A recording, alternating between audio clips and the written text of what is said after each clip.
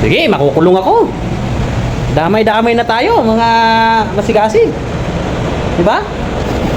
Kinuha mo na yung laman ng kaban ng bayan, damay-damay na, no? Diba? Talagay mo. Oh, damay-damay na, diba? Alright. Alam mo naman ako lang paparusahan mo. Ha? Natin na. Oh, ang pinakamalaking porsyento, ilang taon? Then ako, panghuli lang ako, kontraktor lang ako eh. 30% sa akin, aprobado. 30%, 25 million. 40%. Saan mo pupunta? Ang bira. Sa'yo magbibigay yung project. Kawawa naman yung mga sambayanan, kinukuha mo lang yung pera, kinukurakot mo. Anong talaga kalakaran na ngayon sa gobyerno? Ay, naku buhay naman, oy.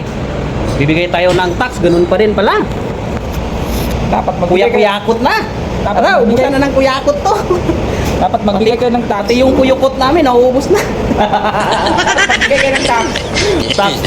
Dapat magbigay kayo ng tax para matapat yung dream car nila. Oh. Yung dream house nila. Dream house. Dream car sa dream house.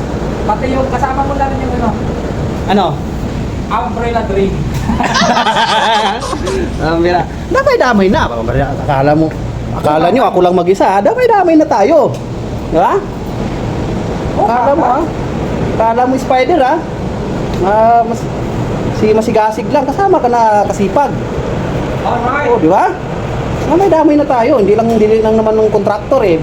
Pati yung nakaupo dyan sa taas eh. Saan may taas? Yan, taas oh. Yan. Paano ba yan? Damay-damay na ah. Maganda, damay-damay. Hindi lang mag-isa. Para damay-damay na. Ingat tayo mga masigasig. Damay-damay na to.